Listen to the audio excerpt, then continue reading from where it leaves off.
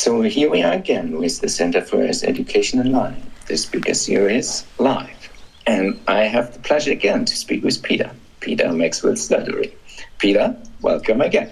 Blessings. Lovely doing this with you again, Henning, like always. So Peter, and this time it's about co-creation, co-creation. And the first question is, to some extent, this interview series is co-creation. I think I should add. Do you also think so?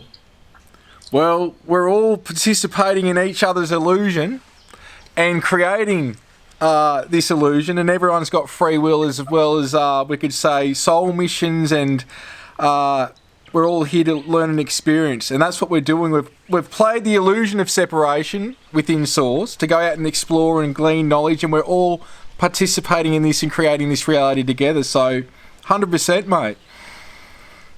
Okay.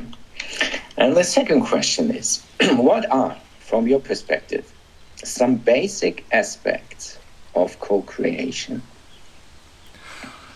Thought would be the main thing, and then action. Now, of course, this is off the top of my head. Thought.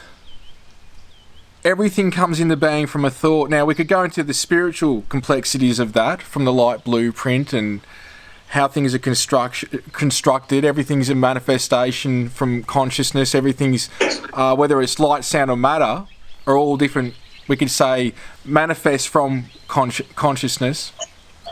But the thought is the seed, whether it's a project, something you want to create, something artistic, engineering, cooking, like any aspect, clothing, anything you can think of, helping somebody. Everything starts with the thought. Then it's the action from that thought.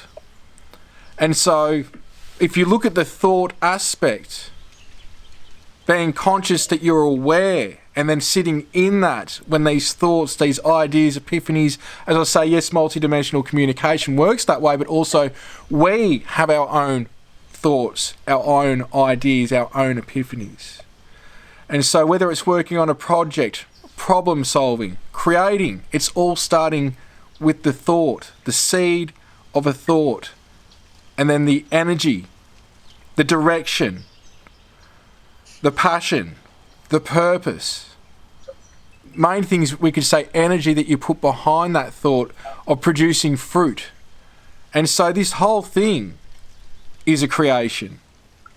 Everything, like where we are right now, how we're experiencing this, the devices we're using, and even the thought of saying what I'm saying, it's all being created momentarily. It's just, it's always happening in the eternal. So, yeah, I hope that that's a way that could be answered. Again, it's different for each person and their perspective.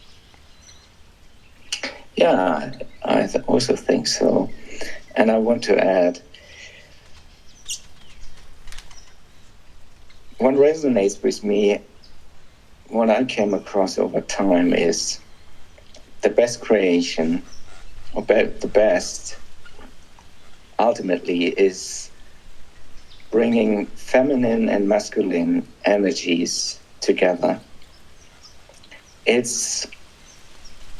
seems to us that language, though it has been manipulated, could be an aspect, because otherwise we cannot come together. But I would emphasize it's more about the sound, the underlying frequency, the intention, and it's also about imagination. So thought, action, imagination, intention are those I would highlight. But there's definitely more, and it's an individual, but ultimately it's a collective effort. It is. And those aspects are very important, because we spoke just offline briefly, but Dr. Emoto's work, and I've done a video on this with prayer and thought on my YouTube channel, and many presentations I've done in the past, where the thought and intention put towards water And then when the water's frozen, you see the water crystals. If it's positive thoughts, if it's prayer, you see these beautiful geometry. When it's negative thoughts, negative feelings, it's distorted like shattered glass. All right? So those things are affecting us, meaning we're made up 70%, give or take, of water. Our thoughts are creating our reality. And if we're in harmony, the water's in harmony with us, but also the spirit body or the layers of the rainbow body, you know, the emotional, the astral, the ethereal, on and on, they're also in harmony. It's about a balance. And this is why it's very important what you mentioned was the male and female. Most people are unaware of this if they're newcomers, but from the feminine energy, it's loving, it's nurturing, it's creative, it's actually the link between us and the spirit form and also source. We manifest through the feminine. We create through the feminine. Now, the flip side is the masculine. And just briefly, I will say, look, the masculine is controlling and structured. So it depends, you know, there's two sides to that. But it gets stuff done. And when you bring those two together and they work in unison, you've got magic. Balance. Balance is key, not just with masculine and feminine.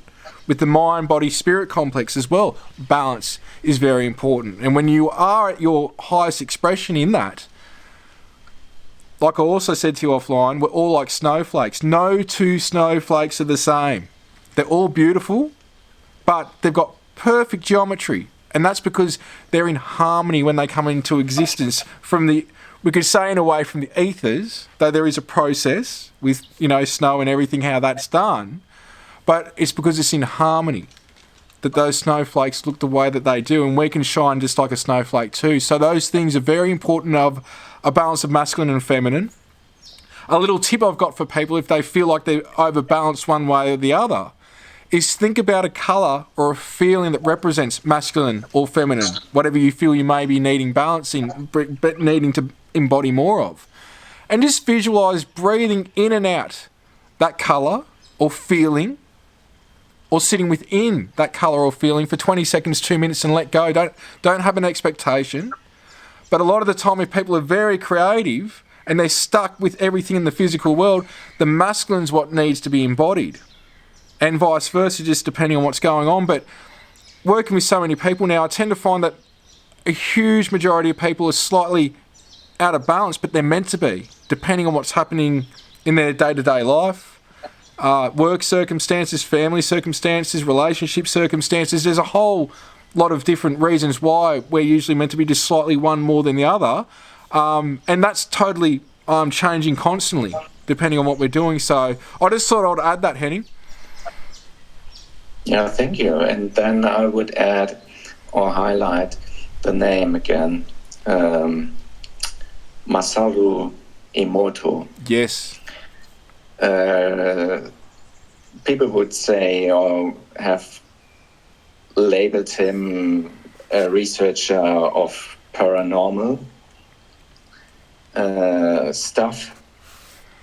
That is maybe to some extent accurate, maybe to some extent not.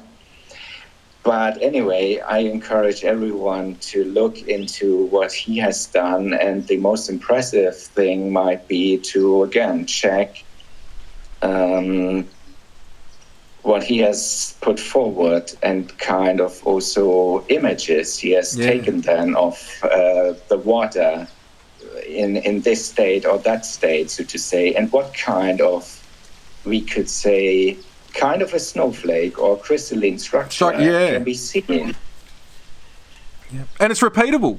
It's repeatable as well. So, like I say to people, you know, do your research, and then you'll be able to say where you got your information from. If it's experience, it's experience. If it's research, point the people to the research. If it's, you know, a theory, this, that, the other, say it. It's okay. But this is what it's about, you know, talking, sharing ideas, sharing experiences and learning, which is what, you know, the main emphasis behind you doing what you're doing. And Dr. Emoto is definitely one of those people that if people haven't looked at that research yet, go and do it.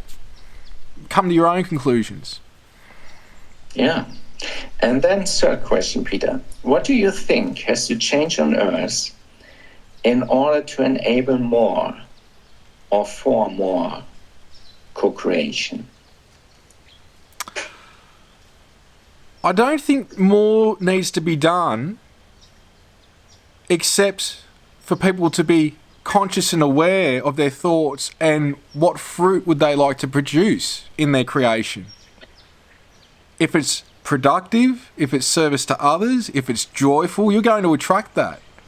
If it's ego, if it's, trying to get the best this, that and the other from the wrong perspective, meaning just service to self, you're going to, create more of that. If it's about taking over territory, this, that, and the other, what happens? Wars get produced, gang wars get produced, things like that from that mentality.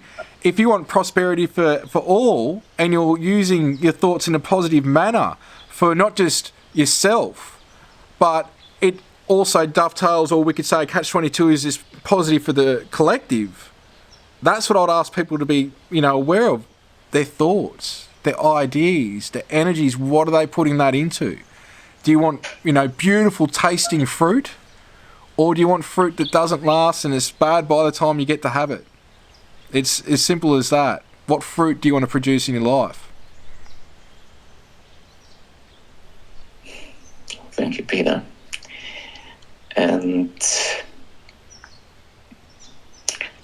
I was thinking, I came across another researcher who did these things Dr. Emoto did. Mm-hmm. I tried to figure that out now, actually. As I best recall it, he came from Armenia, and I will add that name in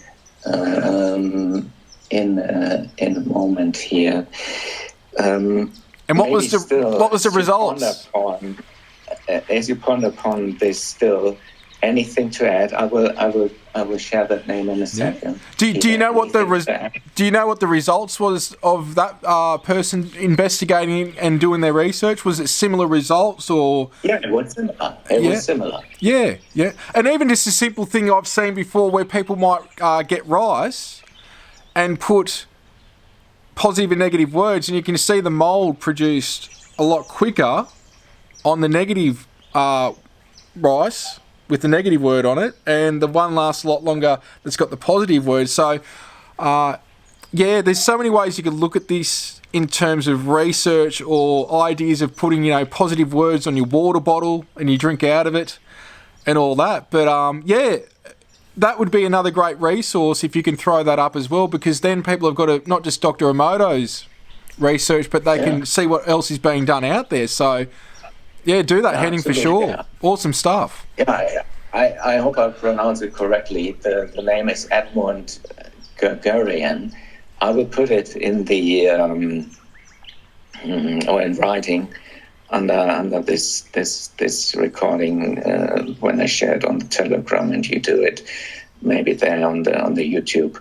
But anyway, these are things, again, anyone can look that up, come to own conclusions. And maybe there's more, or it works even better in an even little different way. But these are fascinating insights, results, where people came to. And again, I should maybe add, these people are not with us anymore, and certainly they have been ridiculed. They have been labeled like this and that. But again, people, use your discernment and bring out what you think is the right thing, what you believe in, and don't believe what others say in whatever position they are. Do your own research, go with your own discernment, make your best effort to get to the comprehension, understanding, and to the creation, to whatever you want to see in the world. Mm-hmm. Definitely. That's a good way to put it, Henning, and a good way to end it. Okay, then, Peter, again, thank you, and looking forward to our next recordings. Many blessings. Thank you.